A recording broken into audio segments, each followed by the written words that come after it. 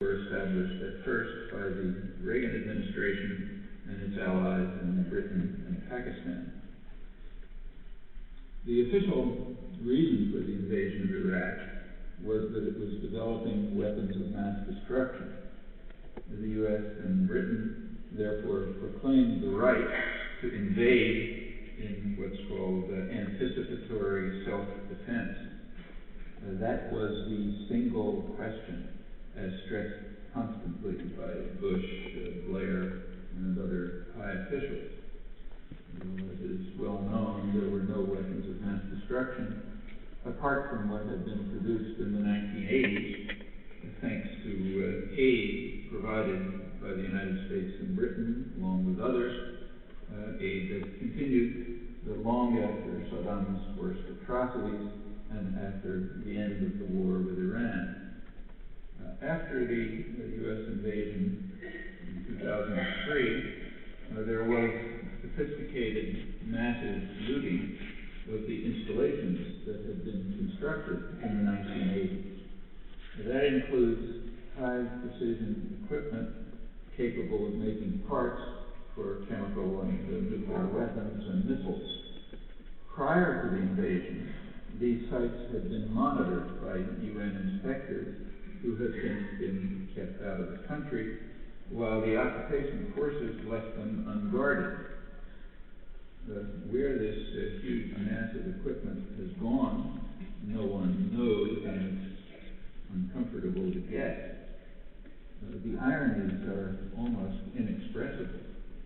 The United States and Britain invaded to prevent the use of weapons of mass destruction that did not exist, and it succeeded in providing the terrorists it helped to mobilize with the means to develop weapons of mass destruction, which they did not have before. There are many other illustrations of the willingness of top planners to risk increase of international terrorism, which could have awesome consequences. It's not, of course, that they welcome terrorism. Rather, it is simply not a high priority in comparison with other objectives, such as controlling the world's major energy resources. One of the more astute of the senior planners and analysts, Zbigniew Brzezinski, recently pointed out that the occupation of Iraq gives the United States what he called critical leverage over its European and Asian rivals. He was reiterating the conclusions of leading planners after World War II, who recognized that control of what they called the stupendous source of strategic power in the Gulf region would give the United States veto power over its industrial rivals, according to George Kennan in this case. It's a rational calculation on the assumption that human survival is not particularly significant in comparison with power and wealth. And that is nothing new. These themes resonate through history.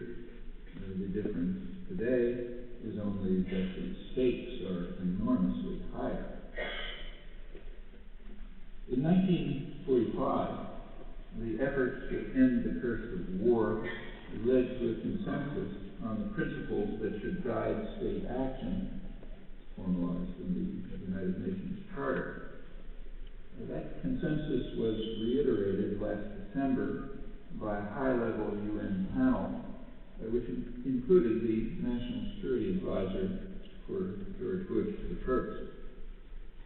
The panel reaffirmed the conditions of the Charter, that force can be deployed only when authorized by the Security Council or in defense against armed attack until the Security Council acts.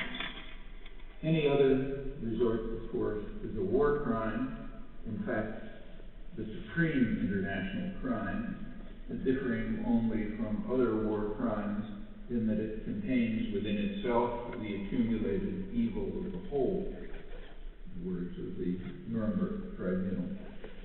The December 2004 panel concluded that these conditions should be neither rewritten nor reinterpreted. The panel then adds the following statement. It says, for those impatient with such a response, the answer must be that in a world full of perceived potential threats, the risk to global order and the norm of non-intervention on which it continues to be based is simply too great for the legality of unilateral preventive action as distinct from collectively endorsed action to be accepted. Allowing one to so act is to allow all. That last sentence presupposes a principle that the foundation of every moral code that merits even the slightest attention, the principle of universality. Namely, we apply to ourselves the same standards that we do to others, if not more stringent ones. But that principle is flatly rejected in the intellectual, moral, and political culture of the most powerful states, again raising the prospect of ultimate doom. The United Nations panel was responding directly to many years of enthusiastic support by Western intellectuals for the resort to force by their own states on alleged humanitarian grounds. That's another very familiar theme throughout history, including the worst monsters. In the last years of the last millennium, across the spectrum of elite opinion, there was a claim, I'm quoting, there was a claim for the idealistic new world bent on ending inhumanity, which had entered a noble phase of its foreign policy with a saintly glow. For the first time in history, a state is dedicated to principles and values, acting from altruism and moral fervor alone as the leader of the enlightened state, hence free to resort to force for what its leaders determine to be right. That is a small sample of an extraordinary deluge drawn only from the most respected liberal voices. These declarations in Europe as well, I should say.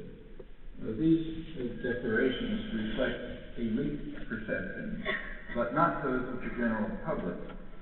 A large majority of the American public continues to take the position that states are entitled to use force, quoting, if there is strong evidence that the country is in imminent danger of being attacked.